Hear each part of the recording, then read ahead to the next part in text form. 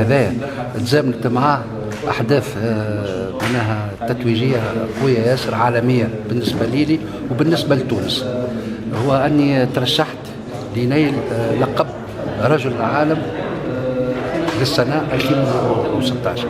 معناها لقب هذا رجل السنة في العالم بأسره، وتوا خرج التصويت وقاعدين في وسط التصويت. أنا دخلت في قائمة فيها 13 سباح عالمي، فما مواصفات فهمتني في الترشح نتاعي قامت بها المنظمة العالمية وتوفرت فيها الشروط، والحمد لله أنا سؤال تونسي عربي في الليسته.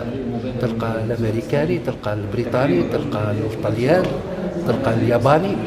وأنا توا بالمناسبة هذه نلتمس ونهيب بكافة أفراد الشعب التونسي باش يحطوا يديهم في التصويت هذايا، لأن اللقب هذا عزيز على التصويت. وتعطيهم الطريقة.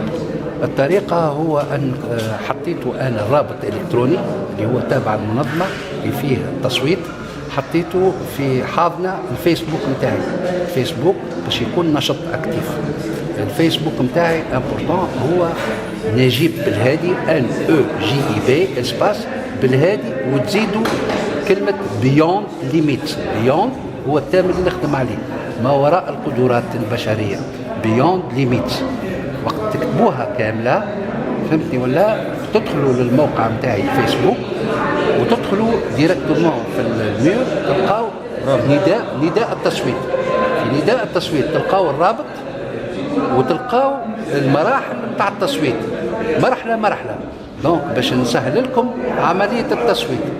التصويت فيها عدة مراحل. أولا هو التسجيل، فما وقت تنجمع الرابط لازم تمشيوا للتسجيل تسجلوا، لأن الانتخابات هذه التصويت هذا شفاف ما يقبلش معناها غش أو معناها صوت مرتين أو كذا.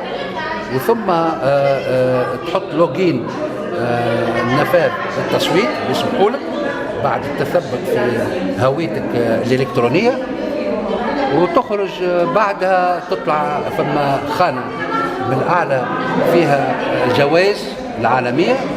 أول جائزة وأقوى جائزة هي مكتوب Man of the Year، Man رجل السنة. تنزل عليها تخرج الليستة اللي أنا فيها موجود، فهمتي، 13 سباح معايا، وكل سباح عنده دائرة وقدام اسمي تأشروا الدائرة اللي قدامي قدام اسمي مكتوب تونيزيا، نجيب بالهادي تونيزيا. ومن بعد تهبطوا اللوطة تحت الليستة فما كلمة دون، يعني تأكدوا التصويت. بدون التأكيد هذا التصويت ما هوش نافذ.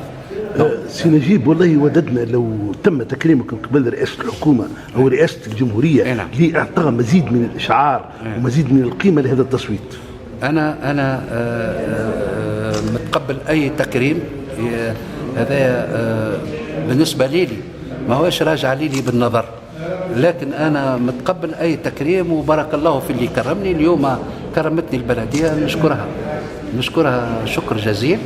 وهذه انطلاقة جديدة ودوام يرقب رخاء، وأنا لاهي توا بالألقاب متاعي، وإن طال التكريم أو قصر في يوم ما ستكرمني الأجيال القادمة. ربي يوفق إن شاء الله.